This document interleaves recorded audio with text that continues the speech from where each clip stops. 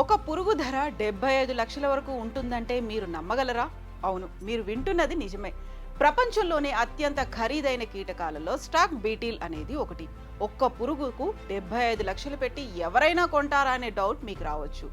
Yes, ఈ కథనం చూసాక మీలో చాలా మంది ఆ పురుగును లక్షలు పెట్టి కొనుక్కునే పరిస్థితి లేకపోయినా కనీసం దాని సమాచారం గురించి ఖచ్చితంగా గూగుల్లో సెర్చ్ చేస్తారు.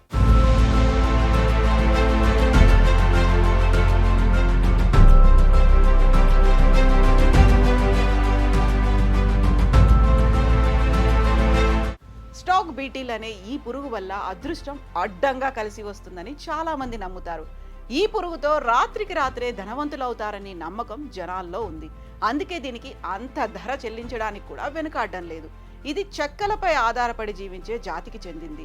అటవీ పర్యావరణంలో ముఖ్య పాత్ర పోషిస్తుంది. లండన్కు చెందిన నేచురల్ హిస్టరీ మ్యూజియం ప్రకారం ఈ పురుగు బరువు 2 నుంచి 6 గ్రాముల మధ్యలో ఉంటుంది. ఇది దాదాపు 3 నుంచి 7 సంవత్సరాలు జీవిస్తుంది. మగ పురుగులు 35 నుంచి 70 మిల్లీమీటర్లు, ఆడ పురుగులు 30 నుంచి 50 మిల్లీమీటర్ల పొడవు ఉంటాయి.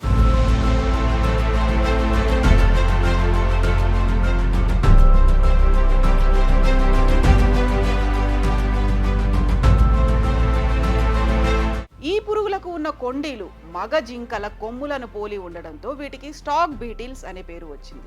మగ స్టాక్ బీటిల్స్ సంతానోత్పత్తి కాలంలో ఆడ పురుగులతో జతకట్టే అవకాశం కోసం తమ విలక్షణమైన కొమ్ముల వంటి దవడలను ఒకదానితో ఒకటి పోరాడడానికి ఉపయోగిస్తాయి.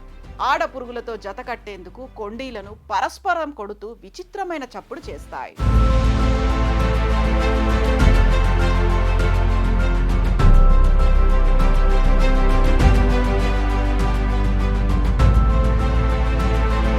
స్టాక్ బీటిల్స్ వెచ్చని ఉష్ణమండల వాతావరణంలో వృద్ధి చెందుతాయి. ఇవి సహజంగా అడవుల్లో నివసిస్తాయి. ముళ్ళ పొదలు, సాంప్రదాయ తోటలు, పార్కులు కూడా కనిపిస్తాయి.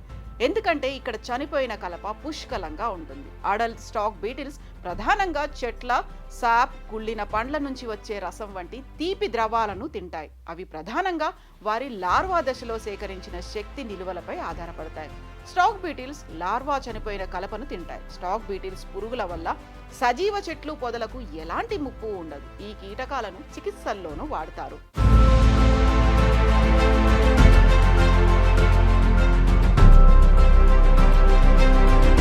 ఈ పురుగును ఇటీవల జపాన్కు చెందిన ఓ వ్యక్తి పెంచి పోషించి దాన్ని 75 లక్షలకు విక్రయించాడు.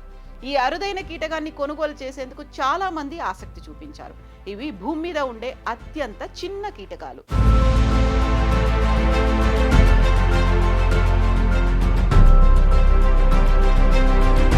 ఈ స్టాక్ బీటిల్స్ ను ప్రమాదకరమైన వ్యాధులను నయం చేసే మందుల తయారీలో వినియోగిస్తారు. అందుకే ఈ కీటకాలు ఖరీదైన ధరను పలుకుతున్నాయి.